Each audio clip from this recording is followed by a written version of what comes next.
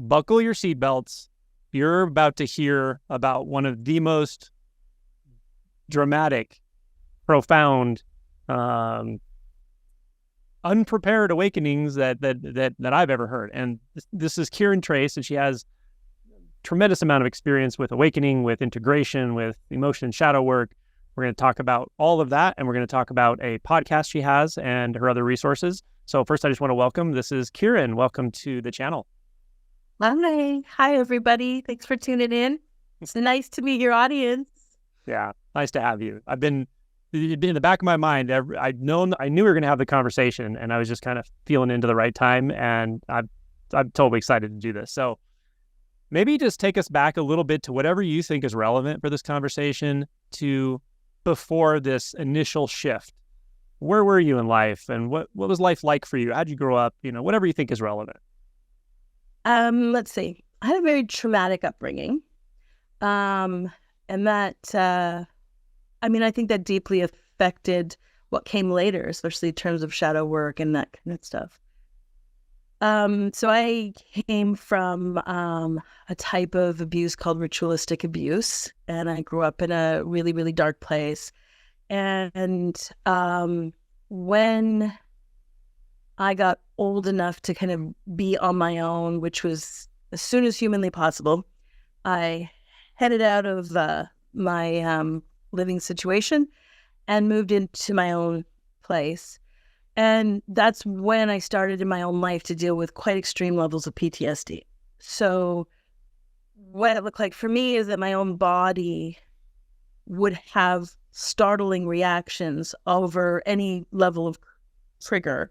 So it could be a door slamming, it could be a sentence somebody said, it could be the sound of some music, it could be a smell, it could be a pattern on a tree or a leaf pattern, and it would hit, and then I would go into various states of fairly extreme PTSD.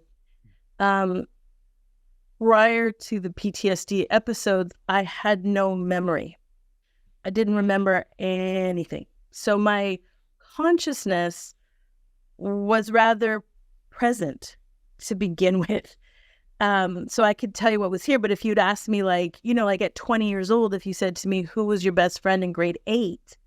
I would be like, wow. I don't remember grade 8. I don't remember grade 9. I don't remember anything prior. It was all, I had no idea. Some of the memories, so the memories would come up through the PTSD episodes, and it was really my body shedding the stress, that had been held in all my tissues and my, the body holds it. The body has the memory. So my consciousness was here, but the body was responding to multiple states of consciousness. And so I did a lot of the traditional PTSD supports. I was with therapists, I was working with cognitive reframents, but it didn't stop the fact that, and especially if it was like, and I wouldn't know what the trigger was. It was not like, it's not like your body gives you this map and says like, here's all the things that are going to trigger it, But I did have quite a few times that I would just black out completely. So whatever the trigger would be, I would black out completely, and it could be 3 or 4 days later before I would come conscious. And in those cases, sometimes I was in a different city. It was like, and there would be this like a few hours of just trying to reconnect, like, who am I? What's my name? Where am I? Like, wow, gathering it up. So my life was mostly lived in a trying to heal process. And I actually had not a terrible life. Like, it was a sweet life. Like, I had comfortable work and I did go to university and I got a university degree, like the optics on the surface, I was hitting key milestones with about 20% of my life energy. And 80% of my life energy was reading every single book, studying with as many different people as I could get, and just trying to trying to keep a state of consciousness consistent for, at first it was like, can I stay conscious for a week? You know, and then it was like, can I stay without blacking out, without hitting these intense stages? You know, some of the PTSD episodes would like, a trigger would happen and I'd be curled into a fetal pose for 3 days in total shock, you know, like just like it was big. And so everything was about that. But I remember the times, like I remember it was like, you know, like 5 years or 8 years into that where I could like hold, where it would be like, I remember like the 3-month anniversary of like 3 months without having an episode. And actually being able to function in this, like at that surface optic, you know, like being able to hit those milestones. And then I remember when it was like 6 months, like I remember that like it's been 6 months since I've had an episode, like I can maintain consciousness, you know, like consistently. So there was a real kind of a trajectory upwards. And inside of that, I will say that every now and then there were like fairly intense triggers that would sort of hit so hard.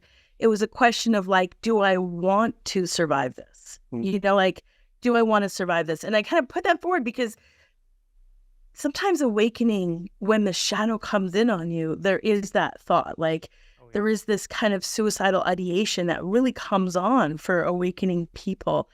And so the precursor for me was often when it hit really hard, and some of these times were just really very difficult. There was a very real question in me, like, is it worth surviving this? Like, is that really what I want, you know? But I got into a point, and I was, you know, quite functional on the outside optics. I could maintain my consciousness for like, you know, like I could do 6 months, but then maybe I'd have an episode, but then maybe I'd do another 2 months. And then I, you know, like it felt very doable. It was manageable. And then, so for me, I had gotten to a place where I felt like I knew the path forward for me. I knew the work I wanted, you know, like the healing work that I needed to be doing, the therapist and the support that I needed in my life. I had it. I was seeing the results. Yeah. So I had a really clear sense of like, okay, this is where I'm going. You know, like this is my who I am forward. Yeah, exactly. And then, yeah, you're putting your shoes on, right? Is that I was just like putting my shoes on. Can I ask one more thing before we get into this? Yeah. You didn't have a specifically like spiritual or let's say Buddhist background. I had heard of awakening, I'd heard of enlightenment. Like those were not familiar even topics for you, much less some kind of actual insight or seeking. No, nothing in terms of the spiritual, what we might call, you know, the spiritual marketplace. No, nothing. No awareness of it. Zen was like, I thought it was an interior design style based on something Japanese. Like I like had no interface with it. I did one time have, like there was in a group I studied, there was a gal with PTSD as well. And she was really looking at Buddhist stuff. And I thought she was so stupid for that. I was like, talk about a hideout. Why are you hiding out like that? You know, like it's so funny because today I hear about like the woke culture that calls out spirituality as a bypass. I remember that mindset. I remember what that was like, where you're looking at this and you're going, you have real world problems, girl. Like you have real fucking world problems. And here you are like studying fucking mantras and bullshit. Like talk about escapism. Like, so that was honest to God, my only experience of it. That being said, I will say that I had studied a lot of human development patterns, which is kind of a longer story, but it was an early way. When I was 12 years old, something so heinous happened in my home, the home where I was staying, that was literally unrecoverable from. It was such a horror story, worse than the horror stories you can think. It was the worstest thing. I don't go into details, so I don't need people to have that image in their heads. I'm not interested in it. But something so heinous happened. I jumped on my bike and I just rode my bike as fast as I could. And I landed at a community center and I volunteered for whatever program they had that day. And I volunteered to coach it. And what happened was they created a mentorship with me over the years. So starting with 12 years old, and trained me. And the training went on and on. I went into like early leadership training. And like by the time I was 16 years old, I was being actually paid a very good adult salary, learning and studying and teaching human development patterns. It was just like this amazing life just sort of picked me up out of this and put me here.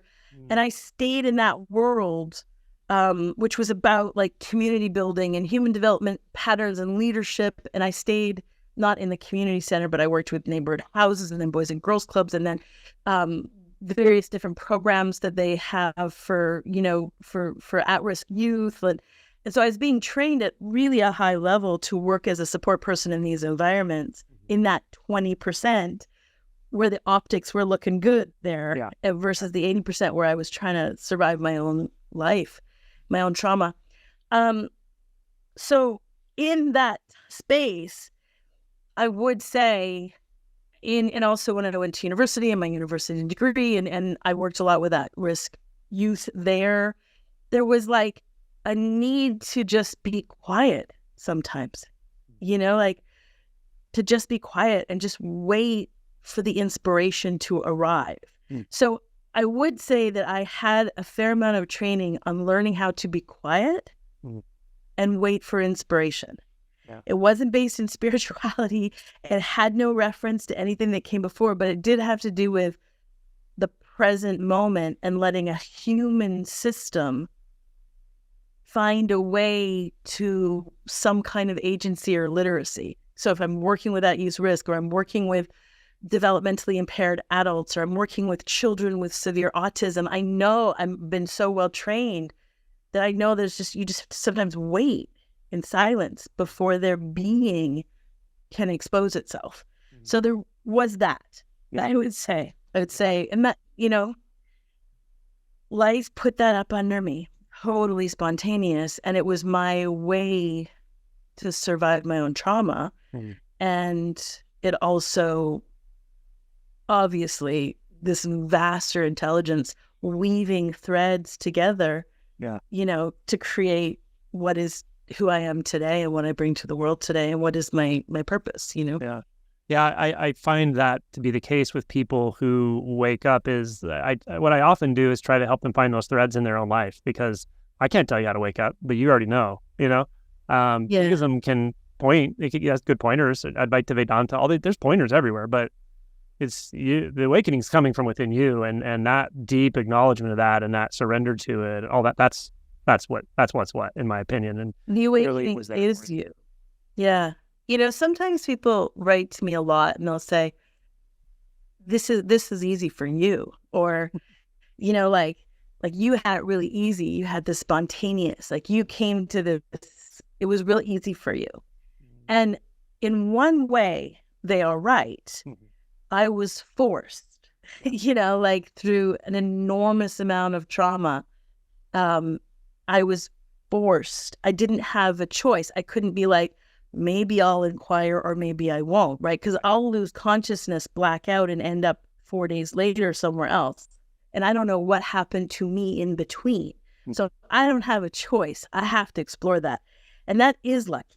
Yeah. There is something lucky about being forced, like gun to your head, like die or figure it out now, versus a kind of a trauma where you might have a choice, where you could sort of be like, maybe I'll look, but maybe I'll drift into escapism for a few more years. Do you know what I mean? Like, I know exactly what you mean. Have that.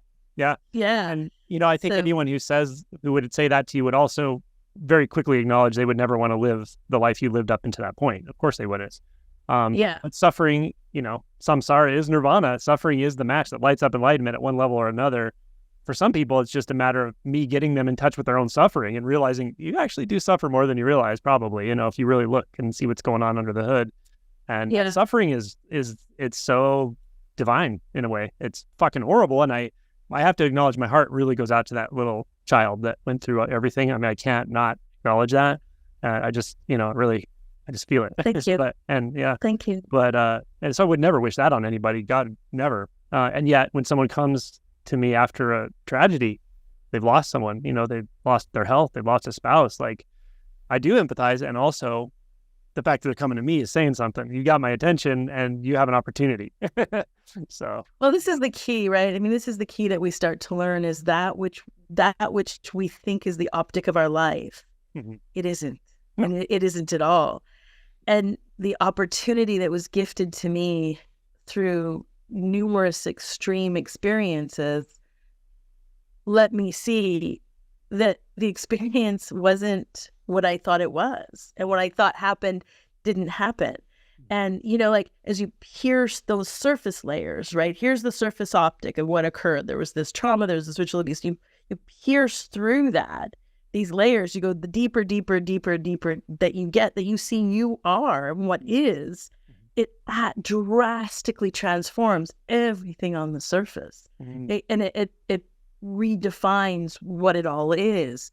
And that's the opportunity of our suffering, right? Yeah. The suffering is the thing that pierces the illusion, right? That's going to pierce through it. And so everybody, whether you have quite extreme trauma, in my case, or if you have medium trauma, if you have no trauma, if you don't think you have any trauma, if you don't even think you have a pain body, but there are these stuck challenges, overwhelmed places for you, then that becomes this beautiful opportunity to pierce through the illusion. And, when I was making fun of this girl in therapy with me, I was completely so oblivious to that ridiculous. She was on a journey to start to pierce the story of her own pain. And I was like, girl, you got real issues here. What the fuck are you doing, transient? Do you know what I mean? Like, we got to work, just like the voices of, you just hear that woke culture that's like, don't spiritual bypass. Like, we have real problems. Like, racism is a real problem, as if we didn't know, but to pierce through these kinds of really intense injustices we're seeing in the world and pierce down to see what's really, who they are really and what it is really, is to transform everything. And I remember, I missed all that with her, but life sure showed me. Showed you. So then there was a moment as we were talking about, you were putting your shoes on. Tell us, see if you can walk us through that a little bit. Like, maybe, I know there's no words for, I know, but. It's beautiful. It's a beautiful invitation. Thank you. It's been many years, since I've walked back to those moments. So it's lovely to actually think about it. I think of it so fondly. It was so extreme, and it was actually worse than my childhood abuse and my PTSD.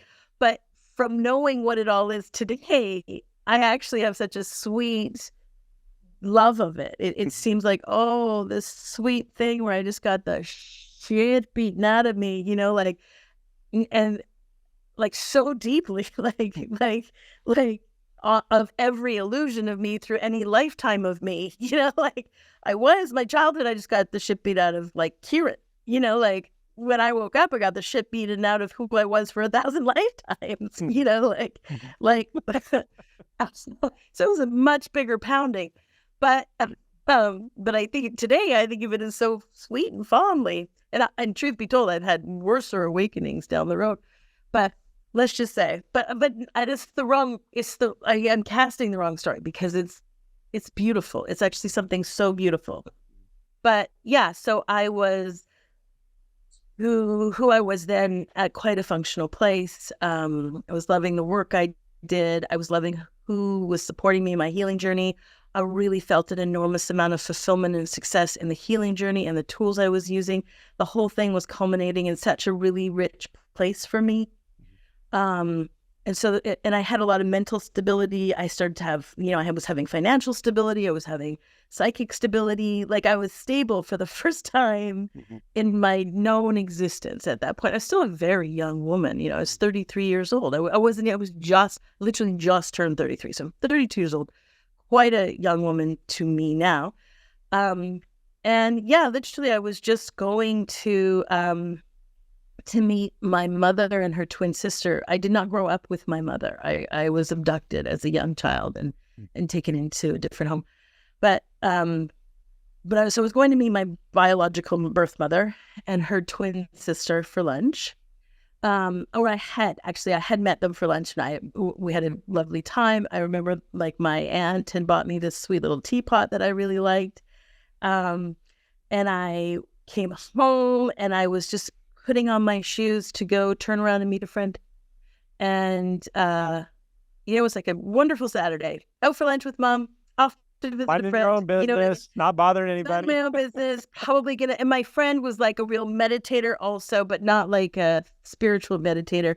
She was practicing different yoga techniques. I thought it was kooky. I didn't understand any of it. And then,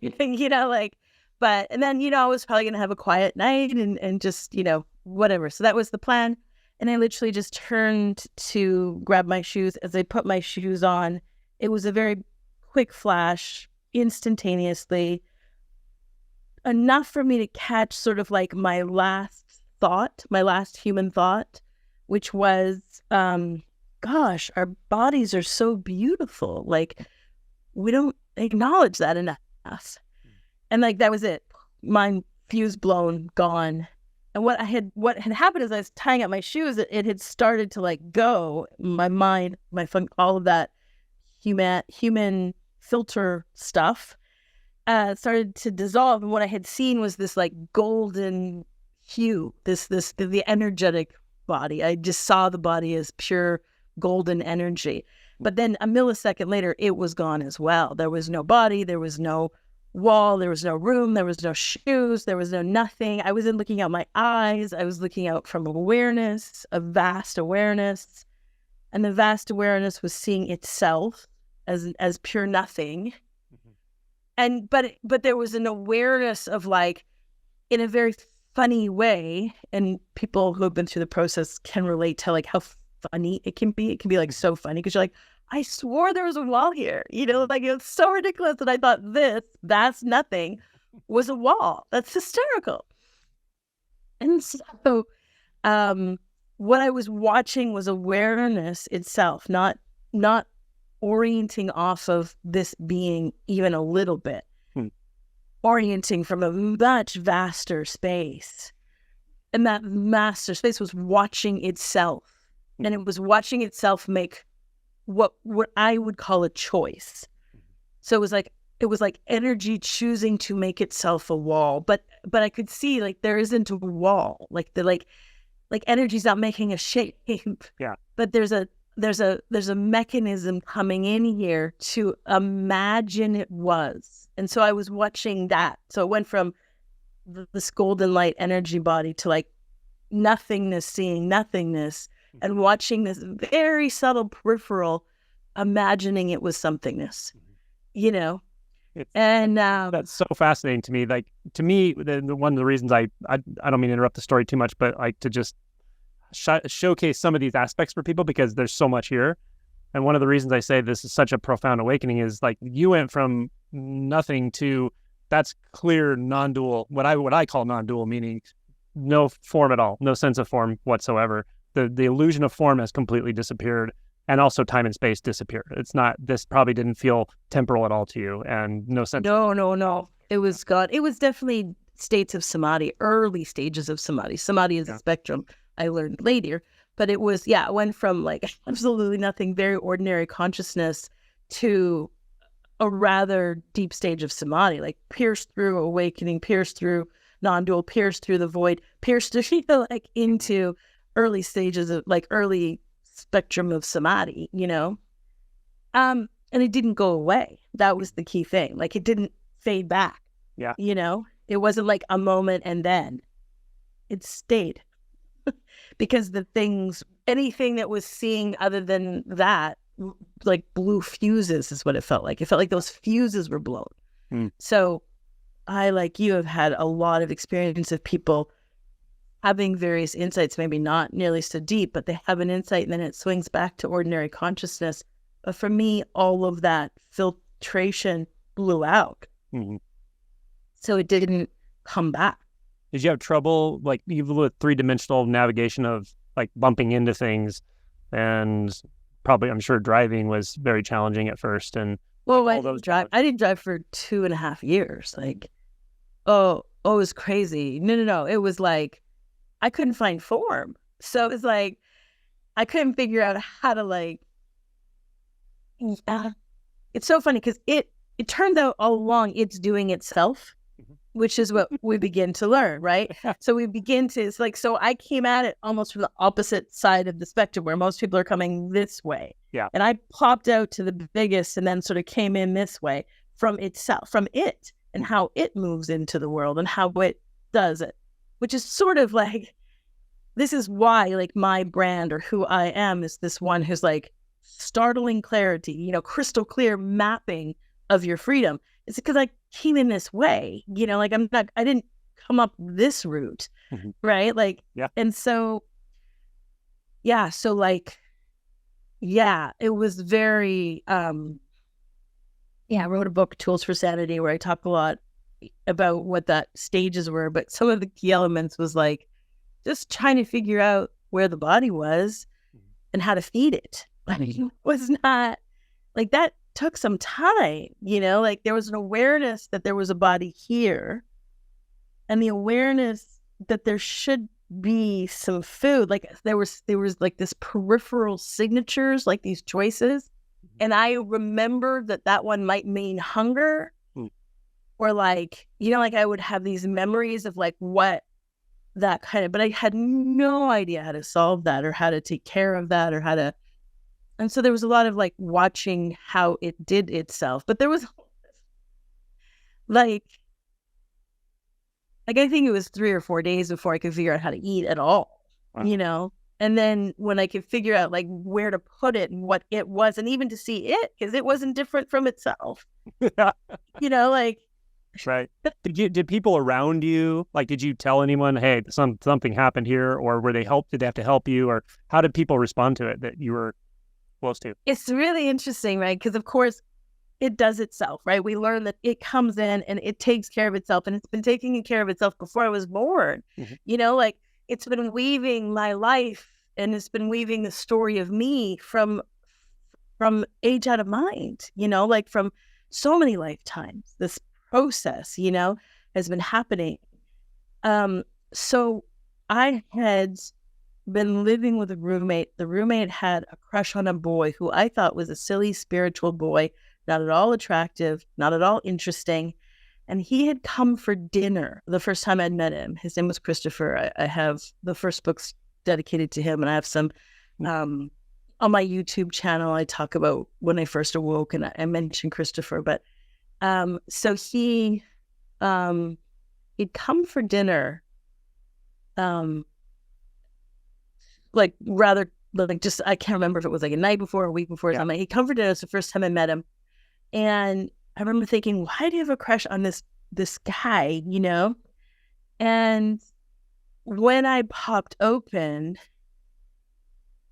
I wrote about this, like my roommate and we knew this sketch from the Jon Stewart Daily show called like, Do You Need Rapture Insurance?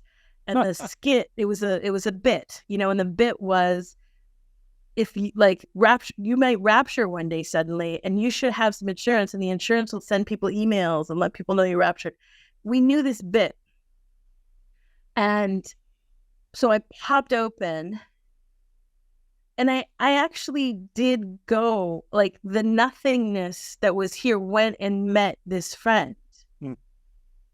But it did itself. It met this friend, and I was like watching, right? And for instance, we went for dinner. I didn't eat anything. I just was this witness, and everything was just like this, like nothingness appearing as if it was something, and it was sort of like these peripheral.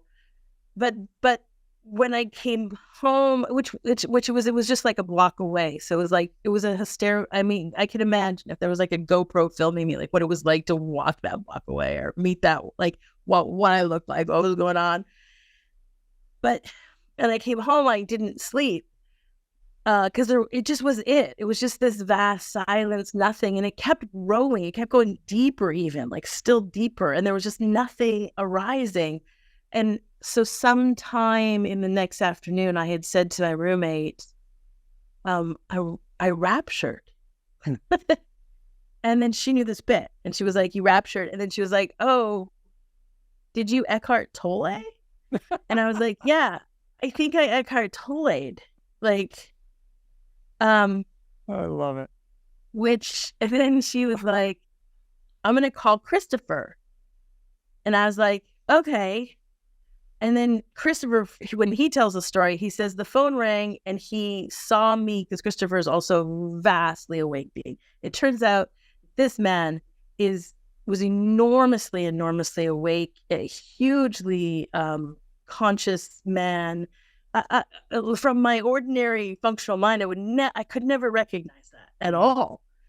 But he had saw me, he picked up the phone, and he knew, again, life had woven the threads of his life, and so he picked up the phone, and she said, my roommate that you met the other night seems to have Eckhart Tolle'd. And he said, I know, I'll be there. And then as he came, this awareness, like that it's not registering time and space or distance.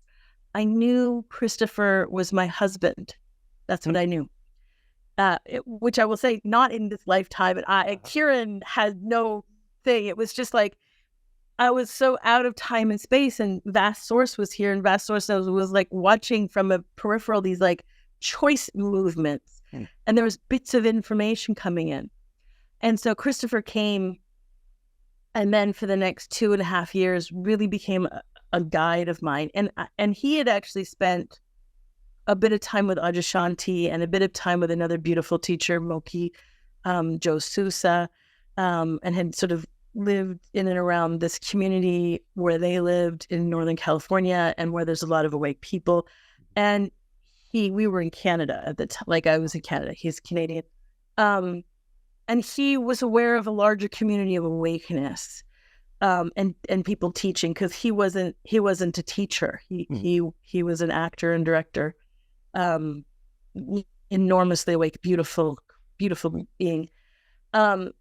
Anyway, so I had this beautiful mentor kind of walk me through, just the two of us, clearing out past lives when we were married, like clearing, that stuff was clearing out. I eventually learned to kind of read a type of coding that was in silence to start to recognize form.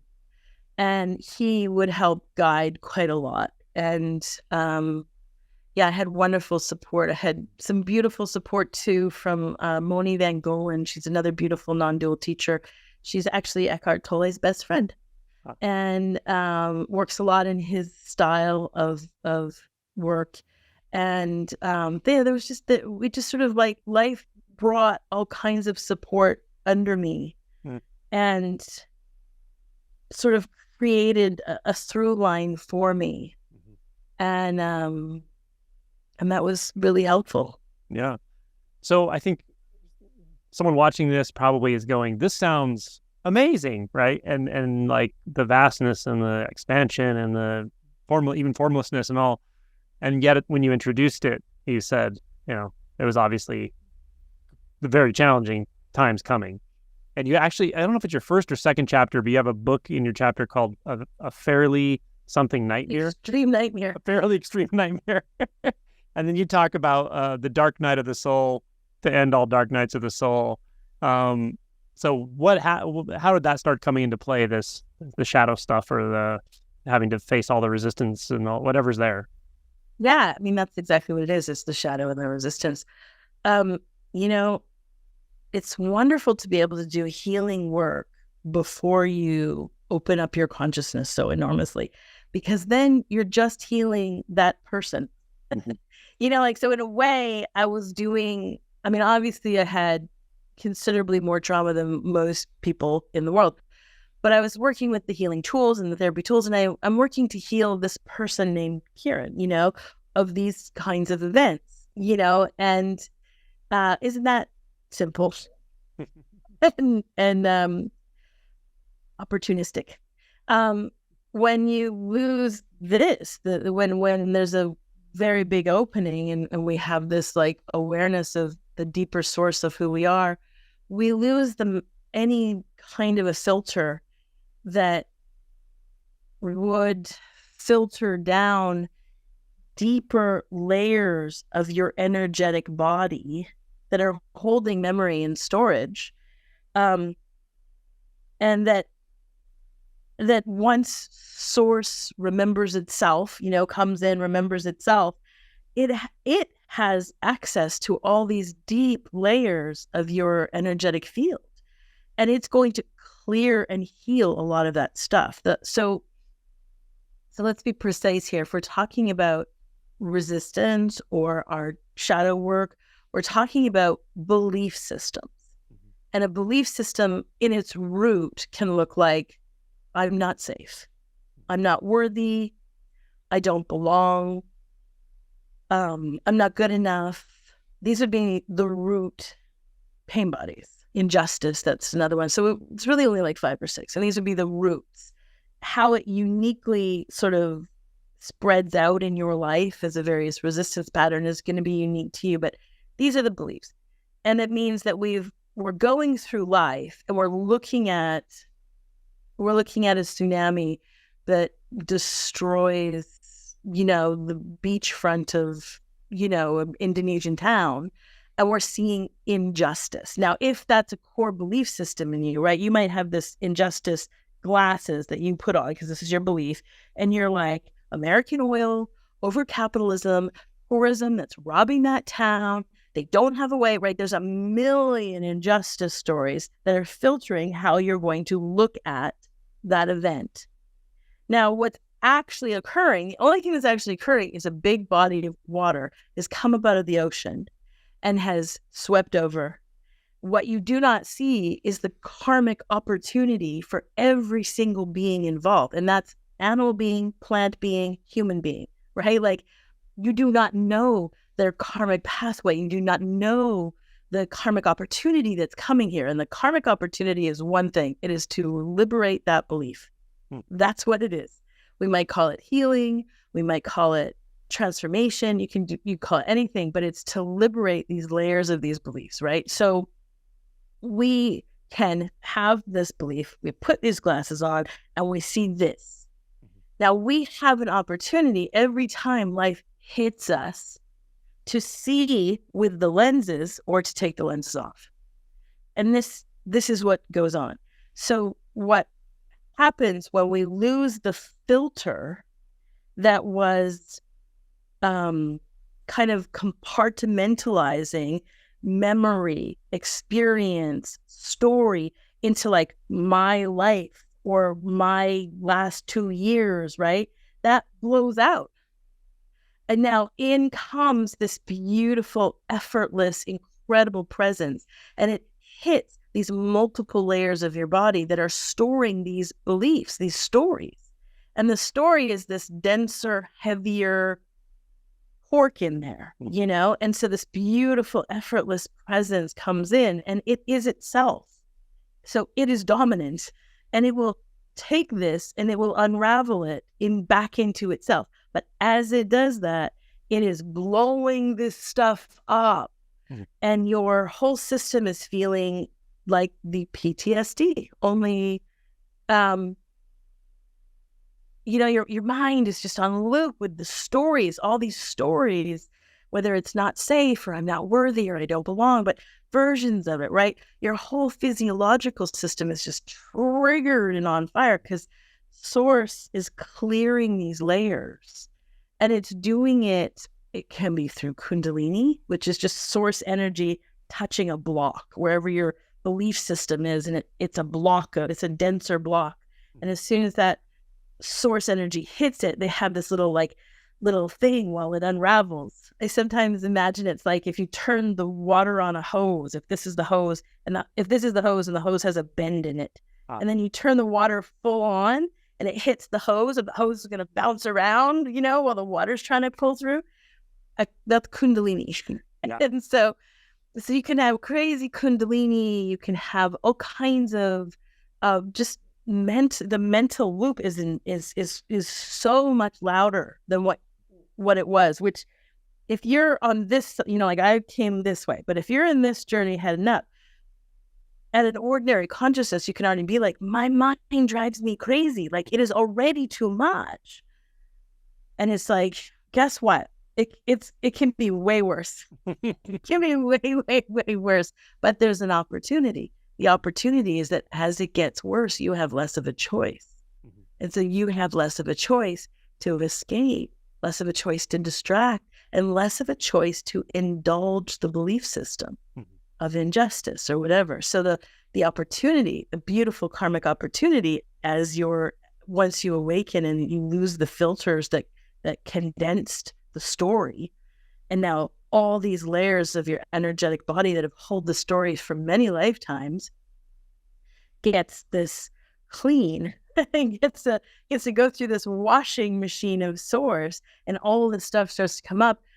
You're just given this beautiful opportunity, and that's the opportunity. It's like you start to lose the choice to should I do my work or not? Right. It's like you got to do your work. You're gonna do it. Yeah, I completely agree that this stuff is rooted in belief. Actually, a belief and sometimes I'll say we may have different terminology around this, but I want to ask you a question about it.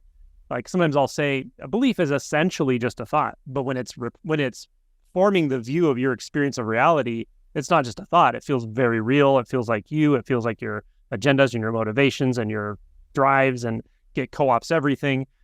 So the trick, I think, is once you know that belief can do this, the trick will be, how do you find the beliefs? How do you look?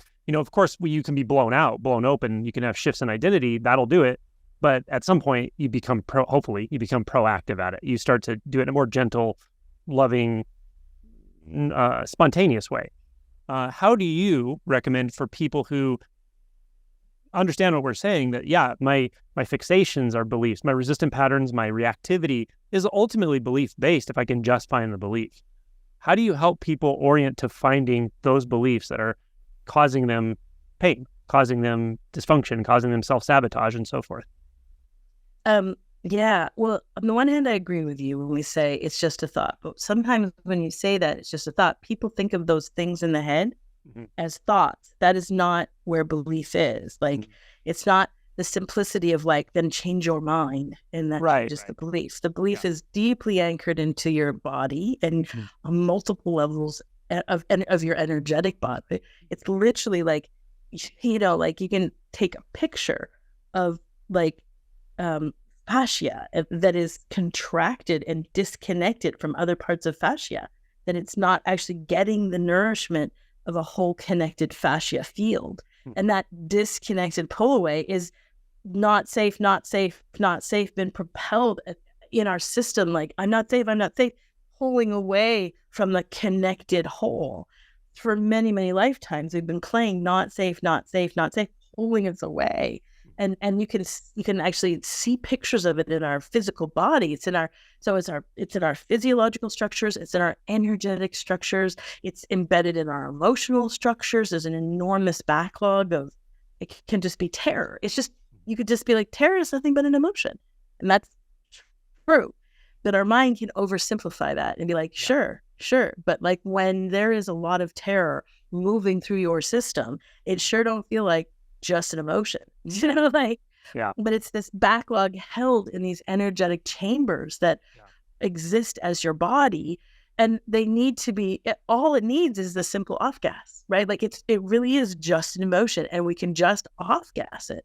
But when it hits us in the extremity of it, in the intensity of it, it's a practice to learn how to see it as just an emotion, or see it as just a thought, or see it as, that's a really important practice. And so to answer your question is, I do in my work, we have a lot of like mini courses. We also have a big course program. It runs those 3 semesters.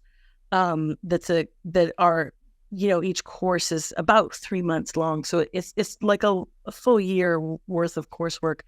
Most of my community, it's like taking a university course, and they stay in that. It's just these series of this 3 class. And I have students in there doing it for the 8th year now, coming through, or 9th year. So it's like this university program of just liberation, incredible liberation.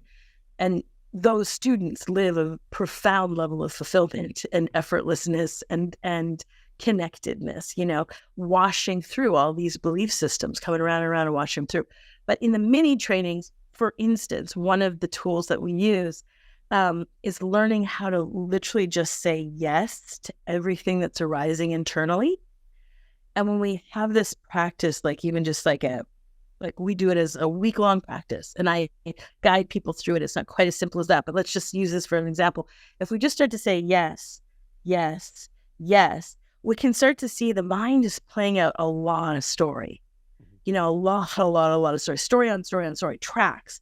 And then we start to, and we're just saying yes to everything that arises in us. So we're starting to just feel, this kind of like, whether it's jealousy or nervousness or anxiety or overwhelm or whatever you call it, my nervous system being decentralized, like whatever your terminology is, we're just saying yes. And we're watching it arise. And as we're starting to watch all of this arise, we can start to see it's all coming under this theme of not safe. Or it's all coming under this theme of not good enough. Or it's all coming under the theme of injustice. And so, there's a number of different various techniques. I like this one because it's simple and it doesn't require anything except for just giving yourself the opportunity that when something arises, and you can even take it, anybody who's listening, and just do like anything intense in a day, just literally lean back and say yes. Just yes. Don't fight it. Don't clench around it. Even if the thing is to clench and fight, yes to that. Yes to that. And so by bringing this position consciously of non-resistance, it starts to expose all the noise of your system coming up. Not super comfortable, but very valuable insight. Yeah. Well, the next question I had based on this is, what you're the process you're talking about is very powerful, and how do you? I mean, it's through experience, your personal level, but how would you recommend someone else gauge how much of that they can handle? Because there is potential to re-traumatize yourself if you pull too much up at one time, for instance. I mean, there's a balance that has to happen, I find, especially with people who have massive amounts of trauma. You can't, it's even if you would want to snap your fingers and it'd just be gone, or do it all at once in a really painful moment or week or year, but it doesn't really work like that. It kind of comes at a certain pace, and I think it can be overwhelming for some people at some time. Do you give people tools to manage that? Or yeah, and I would say, like on one side, I so agree with you, and I would laugh because I would say, well, that's what therapy is these days. Like you literally go in and re-traumatize yourself. You go talk to a therapist. It's a lot of telling your story and having your story reiterated, which is a type of re-traumatizing. And I would say the best that we're getting out of our current therapeutic models is something like catharsis. And catharsis is like, man, you got to go over all those events and go over all those things in order to get some level of catharsis. And catharsis to me is a small win. That is a very small win. That ain't transformation. And so on the one side, I completely agree with you, but I would say there are so many ways that we call therapeutic that are actually just re-traumatizing completely. And so, yeah, we can re-traumatize ourselves simply by the separate me digging for something. What I would say is that there is this really beautiful way that can bring up the residue of these belief systems from our system in a very gentle, very hands-off way. And that is by harnessing the power of source, the source energy, and letting source energy come in collaboratively. So it's like a collaborative relationship in which you harness this relationship. Now, in my work, in all my tools, we do not promote like you have to be awake in order to have access to source. 0% true, 0% an actuality. What is listening to me right now, what's listening to the show, is an awareness. You're already there. Like you have everything inbuilt because source energy is not separate from you. It's not different from who you are. It was here the first moment you opened your eyes. It's been with you the whole time. And so it is completely capable. You are built out to be able to harness this energy because it's of you. and let this energy come in and hold and transform something collaboratively with you. So in my case, there wasn't a collaboration because the me was gone. And so Source came in a really intense way and cleared out, washed out all these various belief systems. And and this is where I get those like, lucky for you, or you had it so easy. But, and in some ways they're right. They're right. There wasn't enough of a me to like resist it. So it was intense because that stuff, it's like, I write in the book, it's like being like wide awake through the heart of war, right? With no ability to trance out or disconnect, and just sort of like like the pure consciousness of pure heart, pure compassion, watching war, and that moving through my system, right? Like it's intense, but this is, as you say, it's very rare. This is a very rare experience. And in fact, I would argue it's because I have been awake in other lifetimes, which I saw in many, many lifetimes. I have been awake. I have been a teacher. There was already a connected pathway in this larger energetic being. And so this level of spontaneous out of the blue arose because there was already a connected process. So poof, there it happens. It's very rare because when we look at the history of humanity, we do not see a lot of very awake people, throughout humanity. It was pretty rare. It's not so rare these days. These days it's great. These days people are popping off at the local McDonald's. It's fantastic. The change is coming.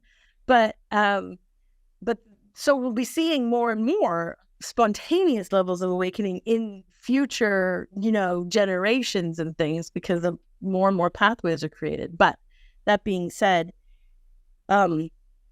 when we can harness the energy of Source, which is to say, what I said at the beginning of this interview, when we can just be silent, like I learned how to be silent and just let the inspiration arise.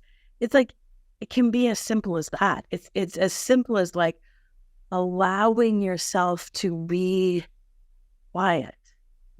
And, and to that end, we have on my YouTube channel, I have so many guided meditations into silence, that we are built out to do. You don't need a special training or a special apparatus to do this. Like I didn't have any religious or spiritual background, but through the practice of being with people, I realized there's this place where you just have to learn to be. And in that quietness, and this is something you beautifully talk about a lot. I've watched you do it on the show. There's this field, and there's this quiet presence. And because you are not separate from it, you have no blocks to it for real, except for your belief system, right, of being blocked.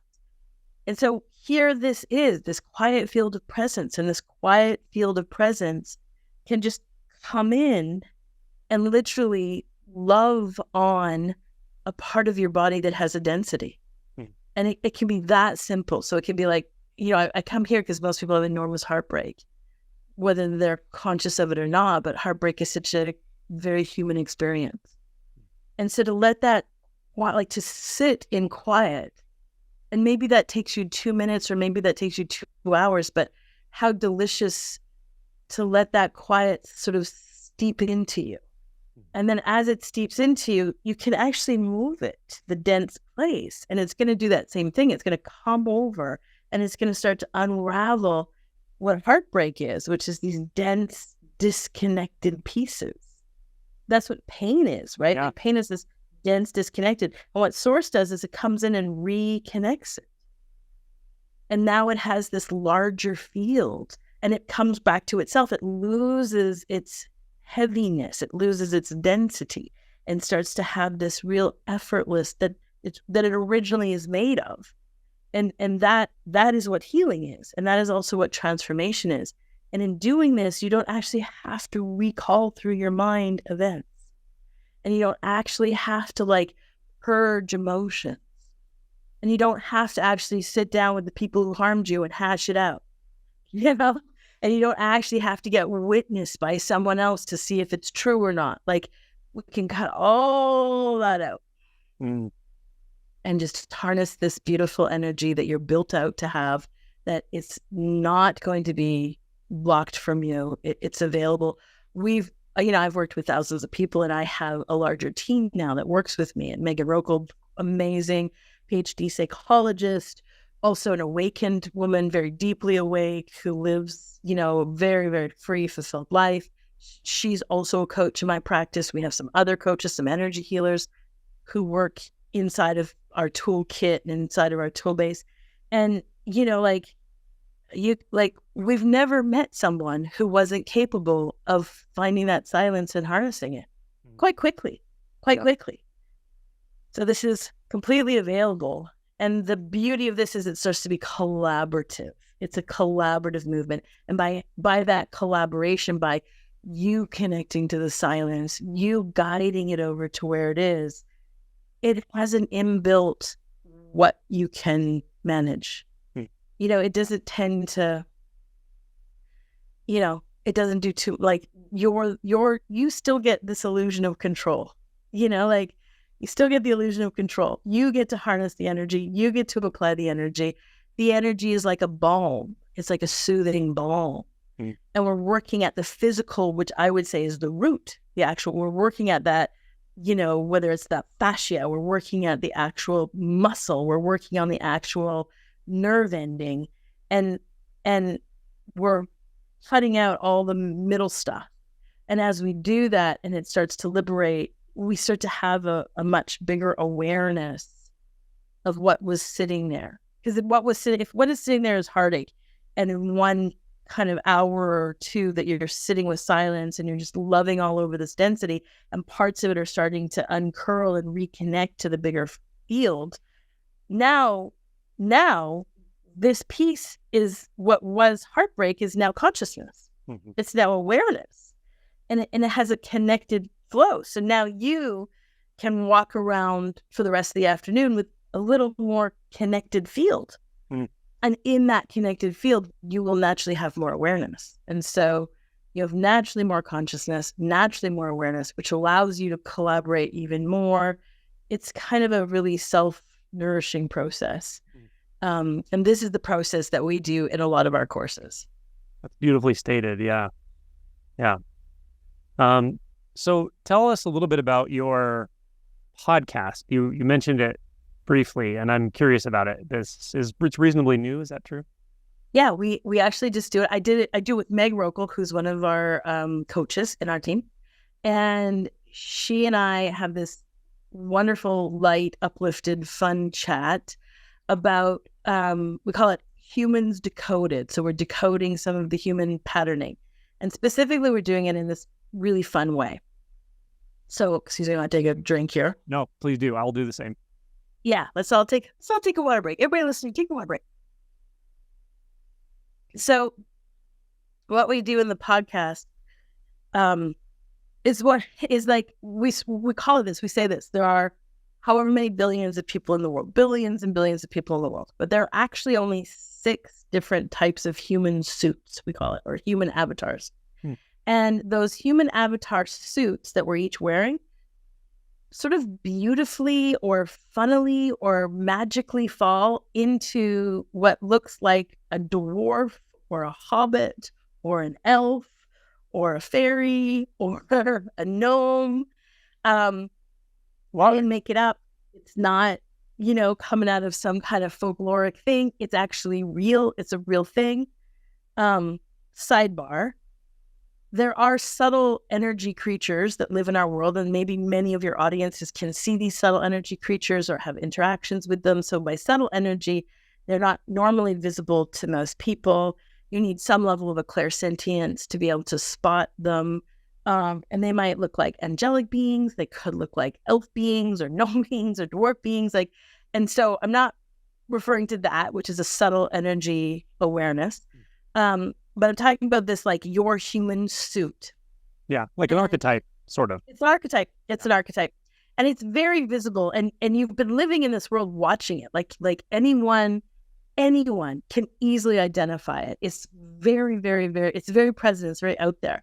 I just work with so many numbers of people, like thousands of people, that the patterns start to come up. And Megan Rokel, who has a PhD in psychology, also has worked in clinic with hundreds and hundreds of people. And so she saw these same patterns. And what happens is the two of us got together, we're like, there's these patterns, right? And we decided just like come out of the closet would be like, listen, there's this pattern. We didn't invent it. You're looking at it. And as soon as we point it out, you're going to see it because it's everywhere. Mm-hmm. And what it does is by saying like, look at, recognize your human suit. Are you a hobbit? If you're a hobbit, then these are your kinds of pathways, and these are the clothes you like to wear. These are the foods you like to eat.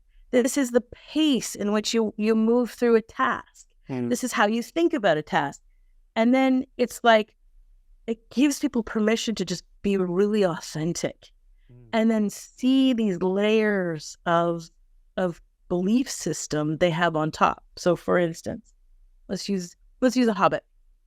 A hobbit is somebody who is hard on their sleeve, very like big-eyed, so silly, a lot of wit, a lot of playfulness, fantastic gardeners. They move slowly. They like to kind of meander. They like to go for a slow walk. And when they're thinking through a task, they need to feel it. They need to actually touch it to understand it. So there's a very beautiful gardener. He's very famous. His name is Monty Don. He's a British from the BBC. He's a superstar. People have watched him for dozens of years. He's a hobbit. And he is so obviously a hobbit. He's a brilliant man. He's so brilliant. And one time he did this documentary on Japanese gardens and he couldn't understand them. He was looking at pictures of gardens and he was looking at models of these Japanese gardens, but he couldn't understand how they were gardens, even though he's brilliant.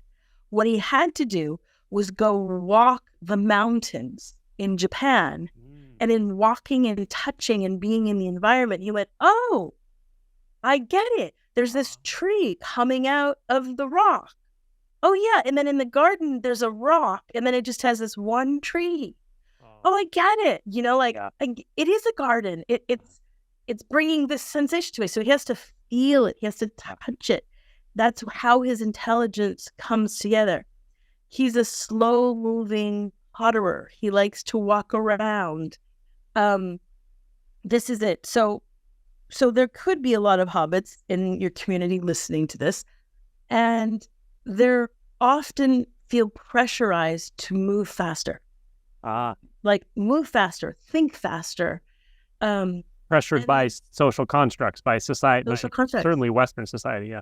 Yeah, by Western society, by family members, by influential leaders that they value, whether that's a church or whether that's your community of peers, whether that's you have a mentor who's more elfy. I'm an elf, so I think really fast. I got lots of ideas. I'm very structural. I'm very systematic. I sit and see and witness patterns, but I'm not very good at execution. I'm not very good at, like, I know what we could have for dinner tonight in my family, and I can sense like what would be delicious, but I'm not good at getting up and going to the kitchen and making it. Luckily, I have hobbits in my family, and hobbits are very good at execution, not great at the ideas. Yeah. So they're better at, so what they do is they walk into the kitchen and then they open the fridge and they smell what's there. And then they're like, what do we put together? But I have already said pasta with sausage and, like, and so, but let's say as a hobbit, there's an idea, like maybe the publishers are telling Monty Don that he has to publish this book by this date, or they're telling him he needs to like write more effluently with these more ideas, but his writing style is really tactile. Do you know what I mean? Like, so you can be getting these pressure systems put on top of your authentic role constantly, but then you have your own not good enough. For instance, hobbits get a lot of not good enough because the world is pressuring them to move faster and think faster. And so there's this constant indulgence of not good enough, not good enough, not good enough. And so then it's like, not good enough, and I should be doing this, this, and this. I should like this and this. And a lot of people have very much lost the compass of where their authenticity is at all. Like completely lost. And so this is just a really fun, every episode's 30 or 40 minutes in which we're talking about these different blueprints. We're talking about their authentic patterns. We're answering questions from people. Anybody who has questions to write in about themselves. And it's really a journey to help you just like pull away the layers and from the inside out, find yourself, find your own beat, your own drum, your own rhythm, your own uniqueness. And we talk a lot about the fellowship, how like all the patterns coming together makes such a glorious community. You only want one fast idea person. You only want one. Fairies are very innovative and out of the box and kind of chaotic. You need one of those in the room. Yeah. You want one methodical, heart on their sleeve executor. The gnomes, I point to you because you are a gnome. Gnomes are researchers. They are going to research everything. They have this really fine sensibility and fine sensuality, and they are going to dig down into the layers to find just the perfect microphone, just the perfect sound, just the whatever. And they're going to have all the detail. They can contain so much detail, those gnomes. So if you need to purchase something, you got to go to a gnome. They're going to know the best thing for you. If you need like any kind of background, because a gnome they're not going to hack the research. They're going to go 360 and really find. So as a result, gnomes, they like to they're not like moving super fast with ideas, and they're also like, gnomes are brilliant executors because there's so much research. They've really, they want to take that record out and they want to put it on the record and they want to listen to like every note of music and understand how that, blues player is feeling and thinking and what equals that, and gnomes have the best coffee, the best spices, the best tea, gnomes are profound artists, true artists, like, the meticulousness of the detail, right? So you want one of those in the camp with you, like dwarfs are warriors. They're really, really resistant people. They can get hit hard and it'll just roll off their back and keep moving. No problems, man. All good. And they can get up at 6 a.m. and they can just work their butt off till 7 at night and feel like, what a great day. What a great day. So you want one of those in the camp too, so understanding the human avatar suit, like that you're in this lifetime, and it's really connected to your karmic purpose. Like the suit you have in this incarnation, like I'm very elfy. I was an elfie in other lifetimes, like I had different suits on. The suit in this one is really elfie because like being able to articulate and strategize and map and ideas, that's what I do, right? Like I'm super clear. I map the pathway to freedom. I give you these very direct, straight, no bullshit tools. Like this is very elfy, so it helps aid my purpose. So that's what the podcast is about. Cool. It's a fun listen, very lighthearted, very magical, and gives you a chance to start to see the different suits of the people around you in your own world and help you to have more permission to be authentically who you are, and then to give that same permission to the people around you. Let the hobbits move fast or slowly, let the gnomes do the research, let them do it. Elves, you don't have to execute anything. You just come up with the great ideas, like fairies are the innovators. Let them be sparkly and goofy and all over the place, because that innovation, we want it, Yeah, so beautiful. Yeah. Love it. I love it. Super cool. Are you planning on having like an interview or a conversation with each of those types of archetype people, like someone maybe who, I don't know, just a thought. That'd be kind of. I love it. Right now it's just Meg and I riffing. But what's her character? She's a hobbit. Okay. Yeah, Megan's a hobbit. And she was married, and her mother was a fairy, so she has a lot of experience with very direct, intimate lifestyle with fairies, hobbit fairy life.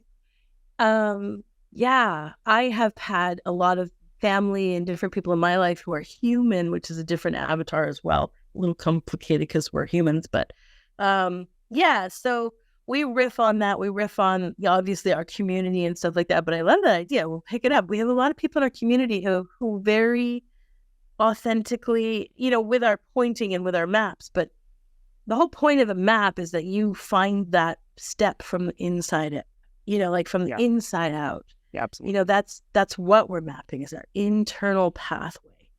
And so it's a great idea to bring in some of the different avatars who have mapped that authenticity. We have an elf. Elves eat a lot of protein, and specifically animal protein. And there's a million different articles out there about how awakened people can only be vegetarian. But I don't know. Are you vegetarian? No. I care about. I mean, I genuinely care about factory farming, how animals are treated. I generally don't eat beef. I generally don't eat pork. I will eat chicken, and I love like seafood. But I can also eat vegetarian meals very easily too. If it's well prepared, it can be really tasty. Really good. And as a gnome, vegetarian is an option for you. And also, but as an elf, elves have very fast systems.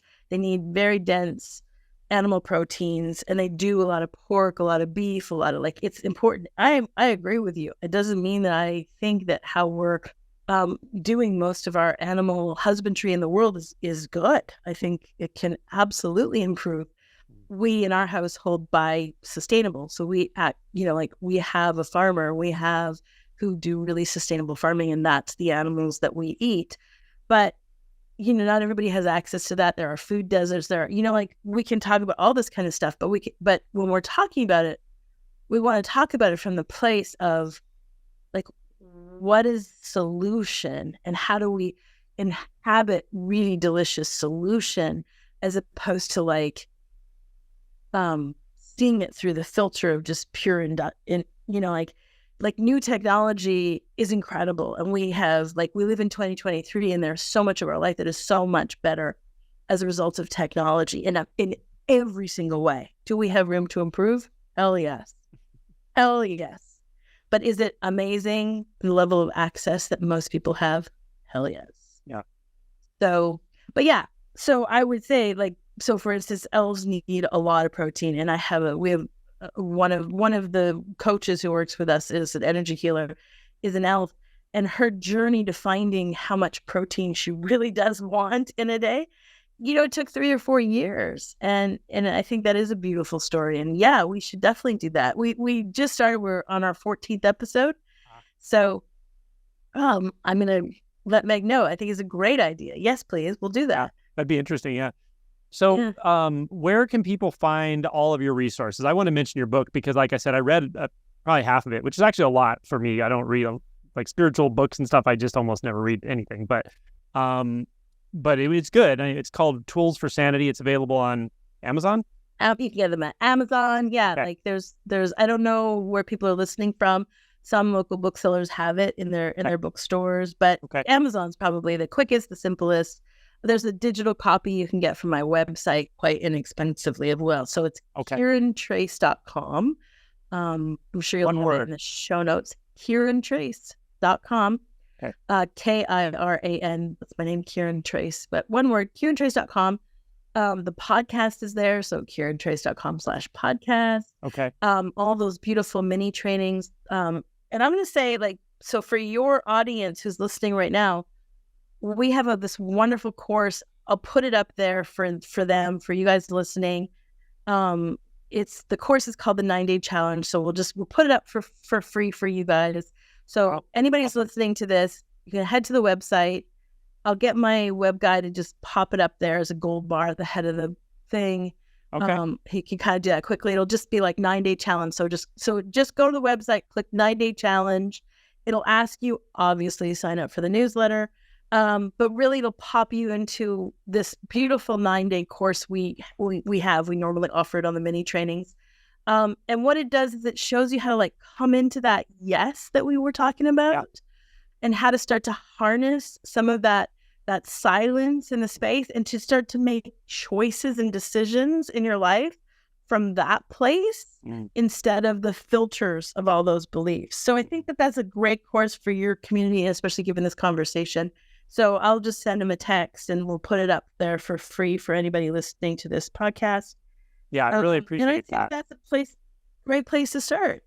Awesome. Thank you so much. So I'll put your website there. I'll get your the podcast on the website. I'll put a link to your book and your YouTube channel as well. And on behalf of anyone who watches this, thank you for that. It's very, very nice, and they'll get a hands-on exploration of what you do. So I appreciate that. Yeah, absolutely. It's nice to chat. Thanks so much. And I really appreciate it. Thanks for your time, and I'm sure we'll talk again. Yeah. Take care.